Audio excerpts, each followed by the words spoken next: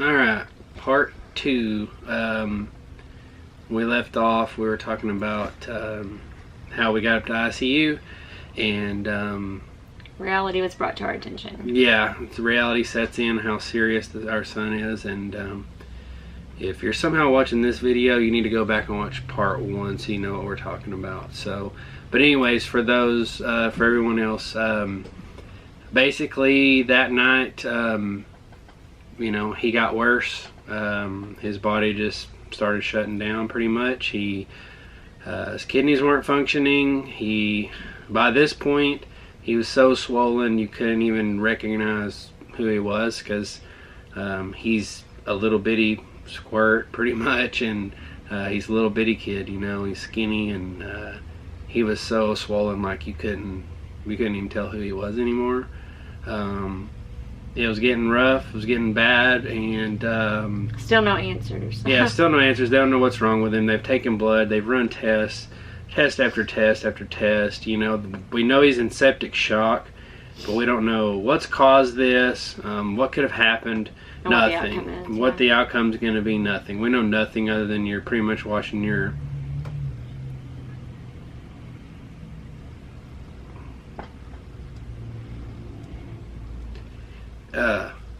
anyway.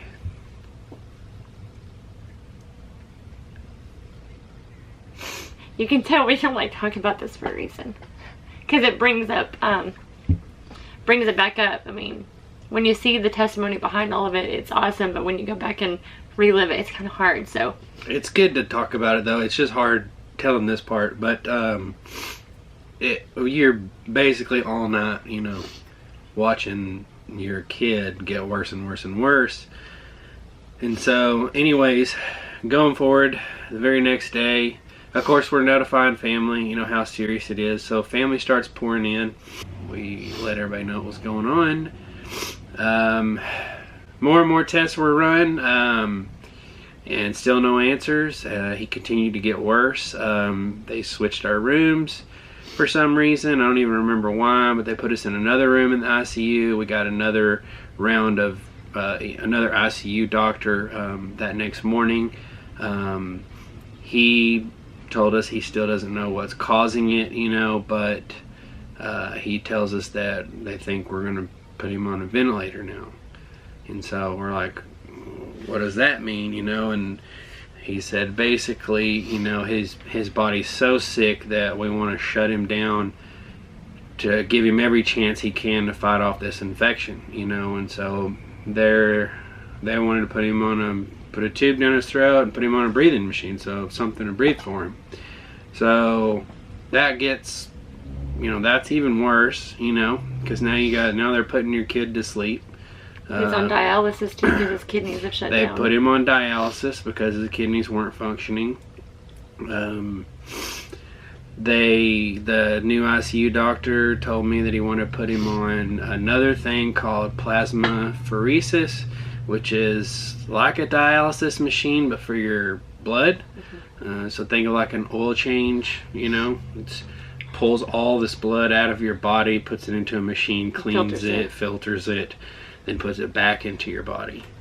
So he's on kidney dialysis, this blood dialysis thing called plasmapheresis, and he's tubed at this point. And the doctor comes in and he tells me and Cherie that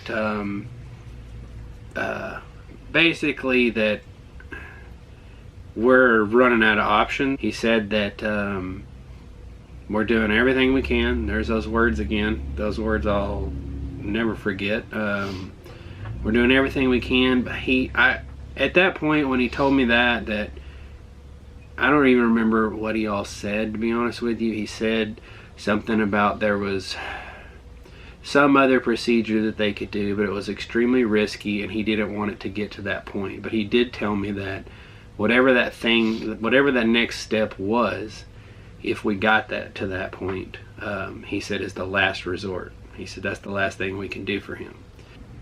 Right then is when it was the lowest point for the both of us, just because, you know, we just broke down. You know, we had been there for, you know, what was it, 2 days. We hadn't slept. Watching our son deteriorate in front of you, and hearing the words over and over, we're doing all that we can. He's very sick. We're running out of options. Not knowing why. Not knowing why. He's got 40 tubes running out of him. He's been poked and prodded. We lost it. Luckily, we're blessed with great families who rallied around us.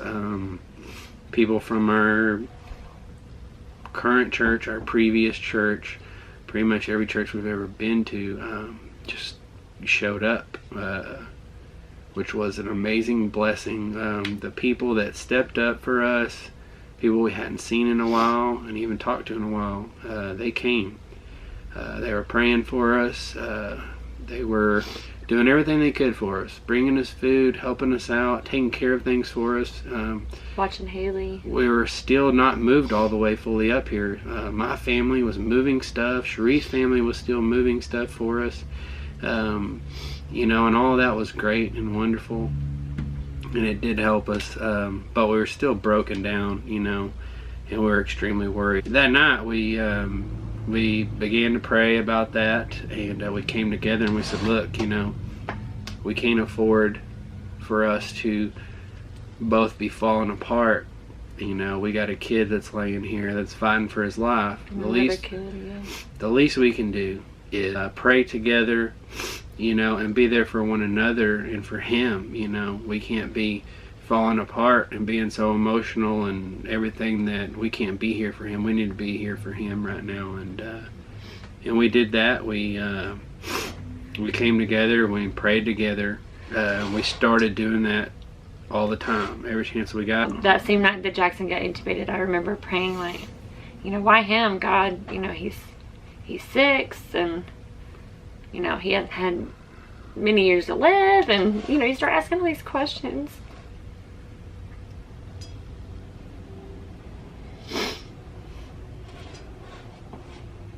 And it's crazy because we think that God, you know, is just this mean God. You know, why would you do this to my son? And why would you allow this to happen? And you ask all these things, you know, why? And, you know, why not me? And, you know, I mean, I've lived and I know where I'm going, and, you know, and all these things. And I remember clear as day, you know, talking to the Lord, and it was about 3 in the morning. Him saying, you know, you told me no matter where, no matter what, no matter how hard it is, that you surrender everything to me. Now do you? You know, I can just hear that voice. Do you? And I was like, wow, you know, you're right, Lord. It's so easy to trust you and surrender everything when everything's hunky-dory, you know, but as soon as something falls apart, we want to question you. And from that moment on, I was like, you're right, Lord, you're right. I mean, I know my son's saved and he loves you. You know, even if he's not meant to live, I know where he's going. You know, which is way better than being here on this earth anyways. And so from that moment on, I was like, you're right, Lord. Like, I choose joy. I choose joy in this horrible situation. And there were so many other families up there watching their kids die. One had actually died the same day that Jackson was intubated. And I think that's what made it so much harder for me, is I was like, you know, like, the reality of seeing them lose their son was like a wake-up call for me. Like, wow, I could lose my son. Yeah. Well, you know? What happened, that was what I was going to say earlier, is I think the first thing that really struck me was Cherie comes in. She had stepped out of the room for a minute. She comes back and she said, hey, there's a family that's up here. The dad is here with the daughter. The mother and daughter were in a car accident. And the daughter's here because we're at Cook Children's at this point. It's a children's hospital, and the mother's in another hospital, and they don't know if the mom's gonna make it. And they said that the daughter has like almost no chance. Massive brain bleed. They said massive spine trauma, brain injury.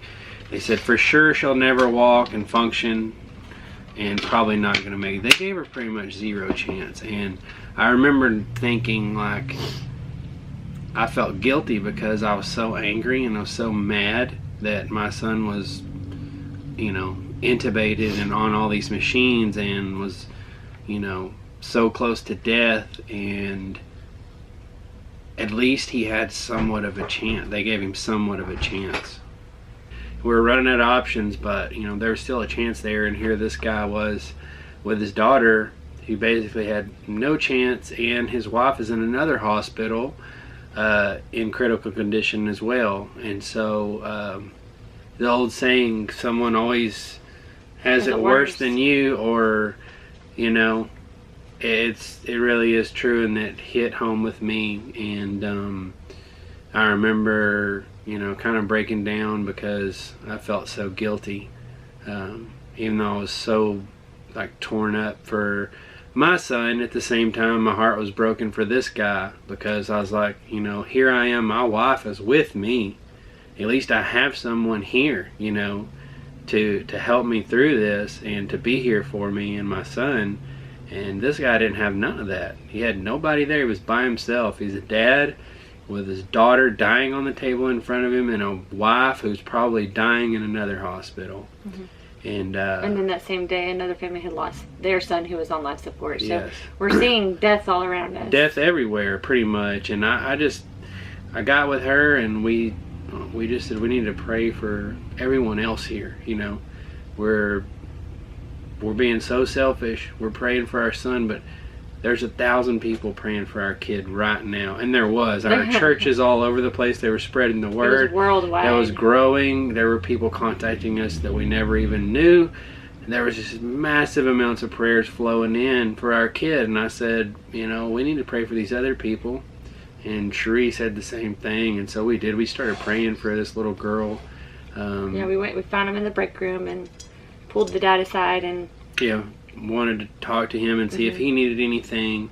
And so it's cool because, you know, seeing all the death, like our mindset changed, you know. Like, say, we could have either let it tear us apart and tear us down, you know, and stay in that slump, or we could have chosen joy. And after much prayer and, you know, clear words from the Lord, you know, of, do you trust me? I was like, wow, you're right. And so that's what we chose to do. We chose to choose joy in this bad situation and take this time to, you know, share God's love, because there were so many other kids around us dying and so many other families hurting that it's like, you know, we know where our son's going, and we have all these people blessing us with food and coming up here praying and praying on Facebook, those who couldn't make it. And these people we don't know if they have anybody. And so that's what we did. We were able to, you know, go pray with these other families and, you know, share God's love. And then in return, you know, they didn't have family to bring them food. We were able to share all the food that everyone had blessed us with and give it to all the other families. And, you know, that alone was just the Lord. You know, it's nothing that we did at all except for surrender. Yeah, and we're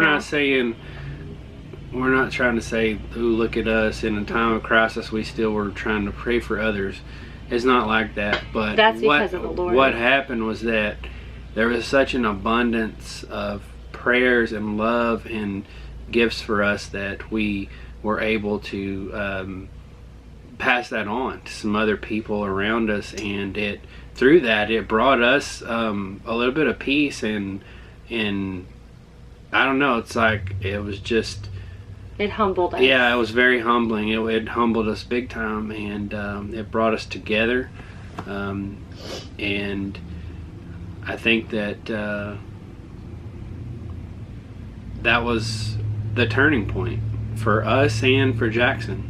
And I think we'll pick up, we'll stop there, and we'll pick up with part 3, and we'll finish up this story and how he made this amazing recovery from out of nowhere that still no one can explain to us, and still no one knows what happened. We still don't know. It's been how long? 7 months. 7 months, still no answers. All we know is he is healed. Yeah, spoiler alert, he's still here. Just to let you know, if you think this is all depressing, it's not. It gets really good. Watch part 3, and we'll tie together the end of Jackson's story with there, and then we'll make part 4. Part 4 will be about our journey, what we did, our new journey, and what we're doing going forward. So I love y'all. Thank you for watching.